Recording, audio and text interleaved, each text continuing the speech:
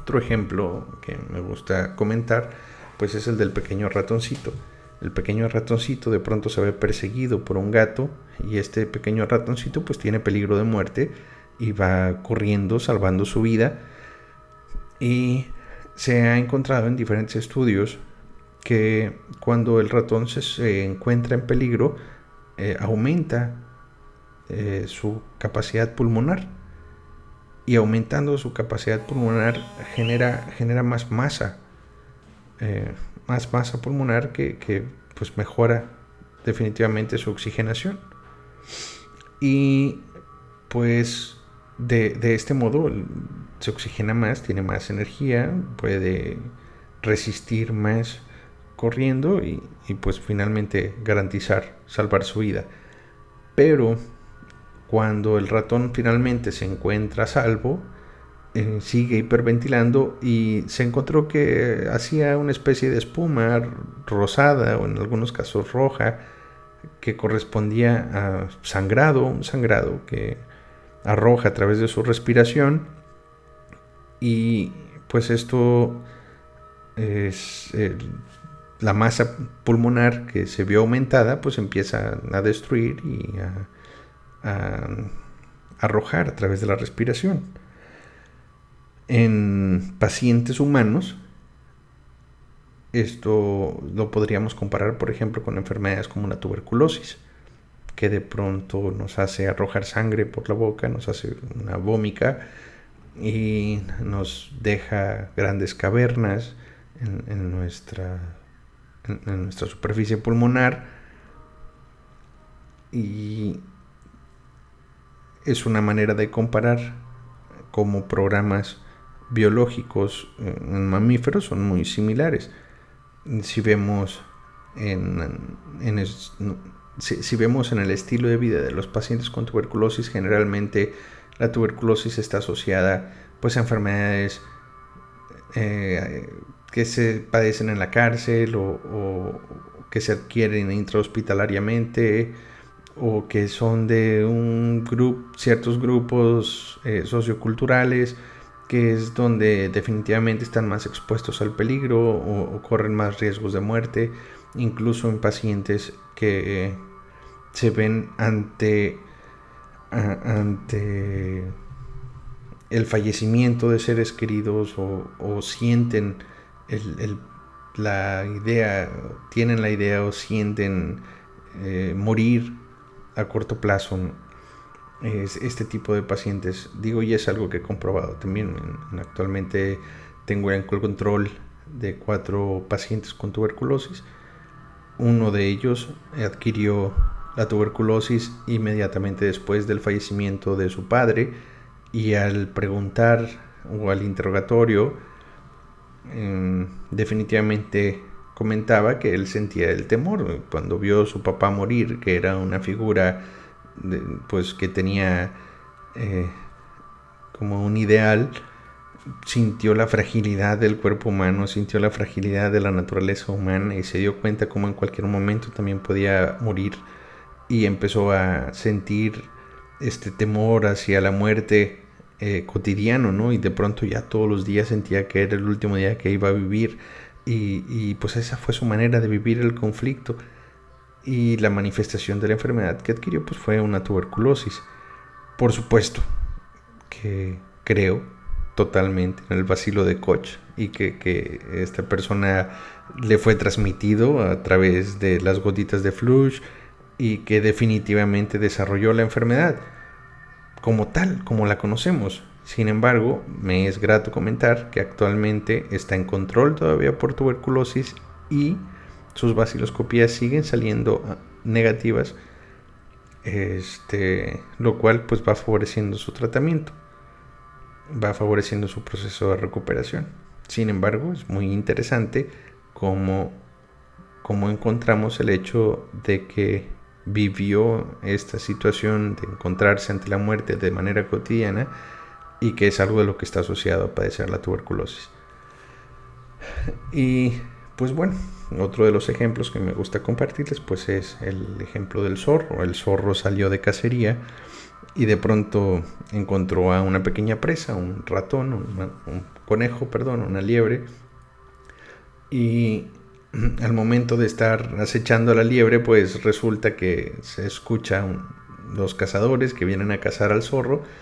El zorro logra a duras penas arrancarle una pata a la liebre y pues se va y se esconde de su madriguera y se come la liebre, ¿no? Se come el conejo, perdón, se come la pata de la liebre. Y pues todo esto por el peligro de que le acechaban, pero pues no logró darse cuenta en ese momento que pues la pata no es más que huesos, pelos, tendones, entonces iba a ser muy duro digerir esto. Y cuando una persona come algo que no puede digerir, pues corre el riesgo hasta de que haya una obstrucción a nivel intestinal. De tal suerte que el zorro pues despierta un programa biológico, ¿no? Y este programa es el hecho de que se comió algo más grande de lo que podía digerir, o se comió algo muy difícil de digerir. Por ende, pues se echa en una especie de cuarentena y las paredes de su estómago empiezan a aumentar de volumen. La producción de ácido clorhídrico a nivel intestinal aumenta y pues esto corresponde en un humano a un cáncer de estómago. Así, en el caso del zorro, pues el hecho de que las paredes de su estómago engrosen, el hecho de que aumente la producción de ácido clorhídrico, pues hace que a corto plazo pueda digerir esa pata de conejo, ¿no? que hubiera podido producirle la muerte por obstrucción. Y, sin embargo, la digiere y pues sale un poco débil de su cuarentena, pero pues puede recuperarse. Pero en el caso del humano, después de haber tragado esta idea y de haber sido muy difícil digerirla, además tiene que comprender el hecho de que tiene cáncer, porque ya su médico le dijo que tiene cáncer y que tiene nada más 6 meses de vida, ¿no? Entonces ya tiene 2 ideas que digerir, y pues si una era muy difícil, ya 2, híjole, son terribles. Terribles. Es por eso que el doctor Hammer dice que el 80% de los pacientes que ya tienen un conflicto y viven un segundo conflicto con su médico están prácticamente sentenciados a muerte. Explicaré esto más adelante en la siguiente gráfica, en donde describimos este esquema donde el doctor Hammer explica un poquito más este asunto de la salud y la enfermedad, donde vamos a ver en la parte leyéndolo del esquema de izquierda a derecha cómo el hombre vive en su fase diurna, conocida como simpaticotonía, y su fase nocturna, conocida como vagotonía. Y esto es: el hombre vive, el hombre descansa, el hombre vive, el hombre descansa. Pero de pronto llega el DHS. El DHS es conocido como el síndrome de Dirk Hammer. Ese era el nombre del hijo del doctor Hammer, ¿no? Y pues es así llamado porque supongo que así es como se sintió el doctor Hammer cuando recibe la noticia de que su hijo ha recibido una herida de arma de fuego. O es la sensación esa cuando nos damos cuenta que hay examen sorpresa, o que hay auditoría en el trabajo, o que nuestro esposo nos engaña o nuestra esposa nos engaña, o que uno de nuestros hijos sufrió un accidente, o que uno de nuestros hijos está en la cárcel. El momento en el que recibimos ese impacto, en el que nos damos cuenta de esa noticia, ese momento es el síndrome de Dirk Hammer, y a partir de ahí inicia la evolución del conflicto. A partir de ahí nuestro cuerpo inicia una etapa de simpaticotonía permanente. Esa es la fase activa de programa especial.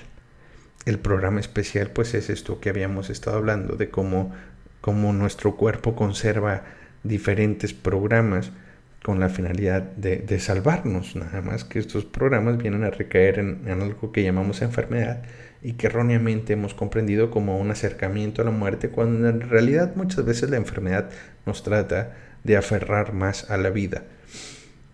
Sin embargo, pues pueden pasar diferentes circunstancias, como encontramos otro empleo, o nos damos cuenta que en realidad nuestra esposa no nos engaña, sino que malinterpretamos un mensajito del teléfono, o nos damos cuenta que nuestro hijo tuvo un accidente pero finalmente está bien, nada más quedó todo en pérdidas materiales.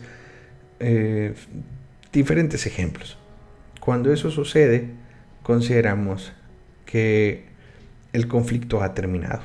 Y cuando el conflicto ha terminado, pues no podemos pasar de largo todo el tiempo que nuestro cuerpo se mantuvo bajo el estrés de la simpaticotonía permanente por estar viviendo un conflicto, y entra en una fase que es una fase de vagotonía permanente, donde nuestro cuerpo necesita un descanso. Esa es la fase de curación, y es donde el programa especial brinca de etapa e inicia una fase post conflicto.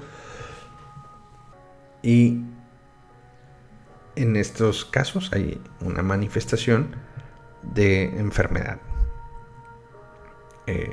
Durante ese transcurso de la enfermedad es cuando corremos el riesgo de presentar otro conflicto. Por ejemplo, vamos a manejar un ejemplo vivo, ¿no? Para poder comprender esta gráfica.